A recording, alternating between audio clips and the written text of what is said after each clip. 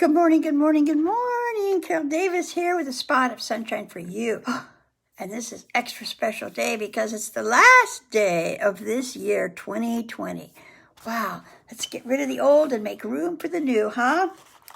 So I'm reading this week, Hope for the Flowers. That's us. Lots of hope here with the new year coming. So we're on chapter 4. We're starting that today. And if you've been here before, it's about Yellow and Stripe.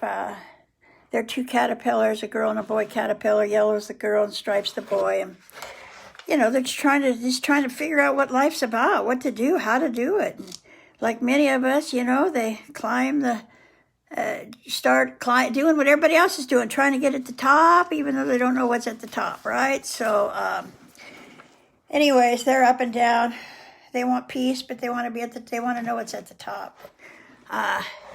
I know what's at the top, and I don't want what's at the top myself. So anyway, on with it. She crawled daily because Stripe went on without her. They had both climbed the pile and fell down just because they decided they just wanted to munch grass and be together. And then he couldn't stand it. He had to go back to the pile. He had to start doing the climb again. And she just couldn't find it in her heart to do it. But she crawled daily to the pile looking for him and returned home at night, sad, but half relieved that she never saw him. If she had, she feared she might plunge after him, knowing that she shouldn't. She felt like doing something, anything, rather than this uncertain waiting. What in the world do I really want? She sighed. It seems different every few minutes, but I know there must be more. Finally, she became numb and wandered away from everything familiar. I'll read that again, because I've done that. Finally, she walked away numb and wandered away from everything familiar. Yep. Walking blind into the unknown is where we find who we are. One day, a gray-haired caterpillar hanging upside down, I need to write that, on a branch surprised her. He seemed caught in some hairy stuff. You seem in trouble, she said. Can I help? Oh, no, my dear, I have to do this to become a butterfly. Her whole insides leapt. Butterfly? That word, she thought. To me, sir. Tell me, sir, what is a butterfly? It's what you are meant to become. It flies with beautiful wings and joins the earth to heaven. It drinks only nectar from the flowers and carries the seeds of love from one flower to another.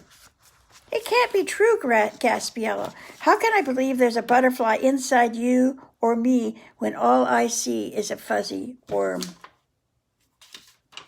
Really? Whoa. Yeah, you get that?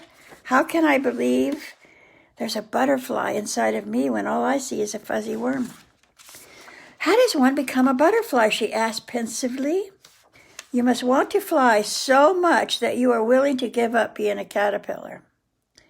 You mean to die? Asked Yellow, remembering the 3 who fell out of the sky. Yes and no, he answered. What looks like you will die, but what's really you will still live. Life is changed, not taken away. Isn't that different from those who die without ever becoming butterflies? And if I decide to become a butterfly, said Yellow hesitantly, what do I do? Watch me. I'm making a cocoon. It looks like I'm hiding, I know, but a cocoon is no escape. It's an in-between house where your change takes place. It's a big step since you can never return to caterpillar life. During the change, it will seem to you or to anyone who might peek that nothing is happening, that the butterfly is already becoming, but the butterfly is already becoming. It just takes time. And there's something else. Once you're a butterfly, you can really love, the kind of love that makes new life. It's better than all the hugging caterpillars can do.